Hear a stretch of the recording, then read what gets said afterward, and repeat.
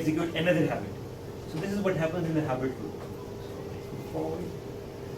We have just discussed that a cue comes, our brain has pre-programmed routines which have been developed because of our experiences, the number of times we have done that thing.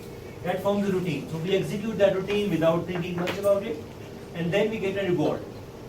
So if we have to, for example, now let's ask kids, Emil, if we want to prepare a good habit, so what should we do? We need to have a cue.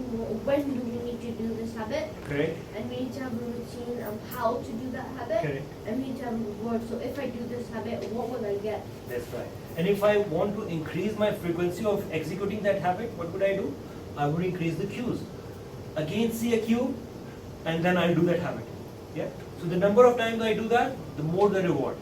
Some scholars used to say that muhaddiseen accumulate a lot of reward even if they don't do anything else apart from writing the hadith. Why hadith? The scholars of hadith. Why does it happen? Because they have got a cue that whenever the name of the Prophet is mentioned, they would say durood.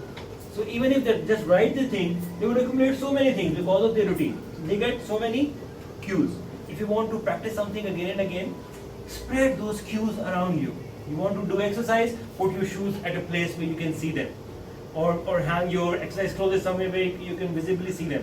Or hang your pictures of doing exercise. Or those sort of things. So these are all cues which would trigger a habit. Want to build a habit, increase the cues. Routine. Then have a set routine of what you want to do after the cue. And then set yourself some rewards as well. Rewards will sometimes be observable and sometimes they won't be observable. Like when we exercise, there is a hormone that releases in our body and gives us a sense of pleasure. So that is not observable, but it does happen internally. So rewards can be internal or external. So now let's define these three things. We have discussed about cues, routines, and rewards. So we'll now discuss it. And Nasir, can you kindly read about cues? Yeah. Cues can be almost anything, from a visual trigger such as a candy bar or a television commercial to a certain place, a time of day, an emotion, a sequence of thoughts, or the company of particular people. Exactly. So cues can be multiple things, as we have discussed. If we are in a particular situation, it could trigger some routine. If we are in a particular state of mind, it could trigger some routine. If it's a particular weather, it can trigger some routine. Like in our country, there's a dish which is called pakora. We eat it whenever it's raining. So we get a cue, raining, pakora. So cues can be multiple things. Yeah, it's not just something visibly that we can see. It could be emotion. It could be like in some company. It could be some weather. It could be anything. Anything can trigger. So we have to identify what the cues are. If we have to establish a habit or destruct a habit, we have to identify what are its cues. Okay. Then routines. Junaid, can you read it? These routines can be incredibly complex or fantastically simple. Some habits, such as those related to emotions, are measured in milliseconds. Yep. So some routines are very small and some could take longer. So routines are what we do after we get a cue. Okay. Yasir, can you kindly read about rewards? Rewards can range from food or drugs that cause physical sensations to emotional payoffs such as the feelings of pride that accompany praise or self-commendation. What kind of drugs are they talking about? Drug is basically like some people have got addiction to drugs, so it's about bad habit. So that bad habit, bad thing gives them stimulation. Yeah. So that's why they get attached to it. That's why they execute that routine again and again. But we have to realize that it is based on a cue. They get a cue and then they execute that routine. So if we identify the cue, which I'll share with you a case study, and then we can get rid of those things. Right, let's move on. Alright, so there are some examples. One of the examples we already studied. So the click sound made the mouse do a particular routine, and the routine was running to the chocolate. And the reward was the joy of eating the chocolate. So that was the cue. And because of this joy, whenever it heard a click again, it would do the same routine. So the habit loop was established. So this is one example. An example. For some people, seeing a cigarette ad or seeing a pack of cigarette, it gives them a cue that it's now time to smoke. So they would go for smoke, and then they would apparently feel that they are happy.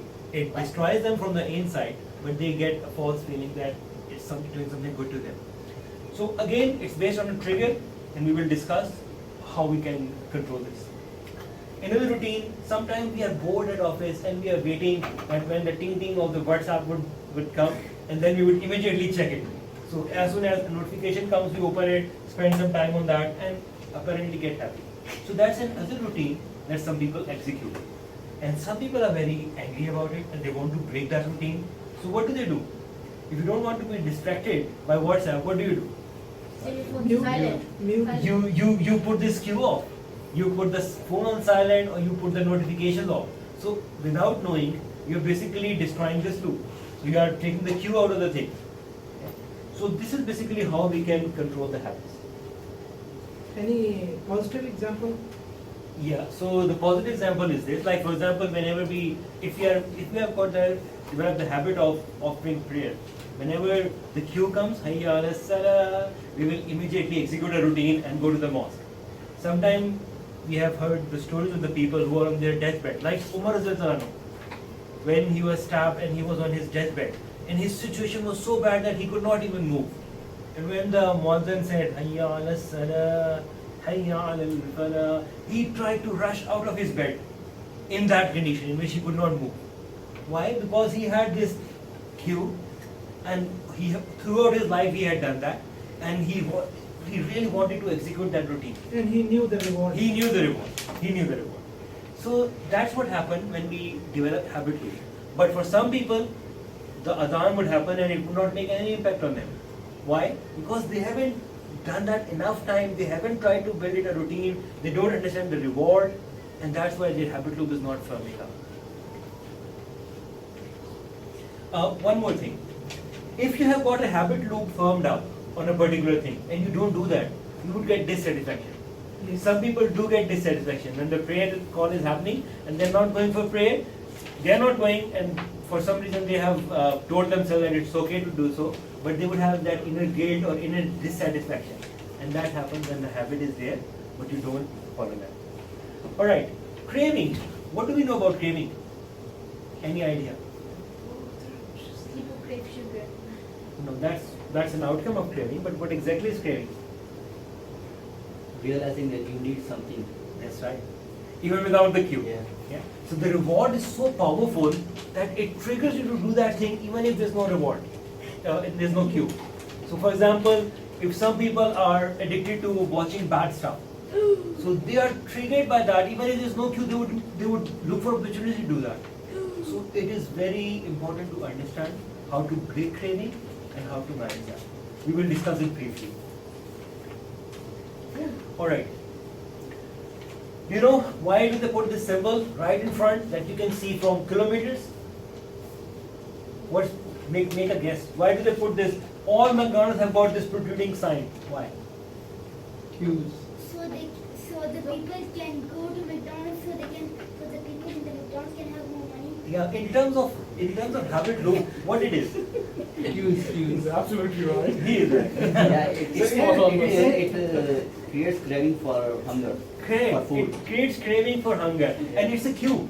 So you are driving, you wouldn't observe that there is a McDonald's next to you. But if there's that protruding sign that you can see from kilometers, it's right in front of your eye for that whole kilometer, it is a big enough cue. Yeah. And then what else they do? The design of all the McDonald's from the inside exactly the same. Same feel, same design. So whenever you are executing that routine, it is further strengthening it. If their designs are different, then what would happen? People couldn't develop a routine. Every time there would be a new experience. But they design it in a way that every time you feel as if you are doing the same routine, and in your brain, it further strengthens. Same cues, they are trying to build our routines, and that sort of thing. And then we get a reward as well. Sometimes we enjoy the food. Next. Now that's a very interesting story.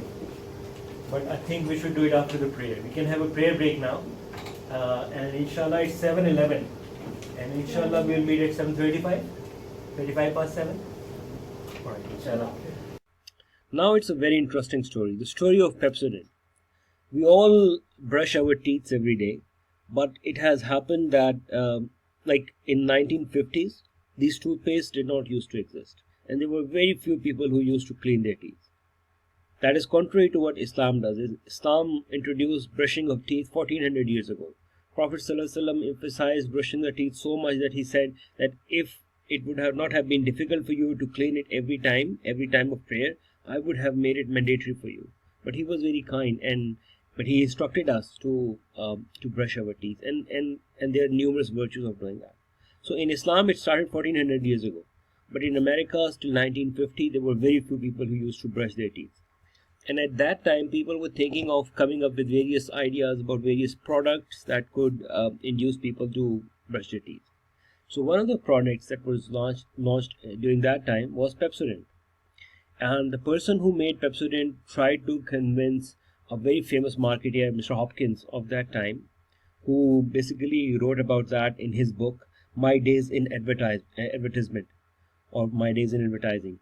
So in that book, he explained the whole story of Pepsodent, which the author of the book, The Power of Habits, has quoted. So Hopkins explained that initially he did not like the idea of selling this toothpaste, but he ultimately gave in to a persistent request from one of his friends. So he decided to launch a marketing campaign for this product. And at that time, the behavioral scientist had not discovered this power habit loop.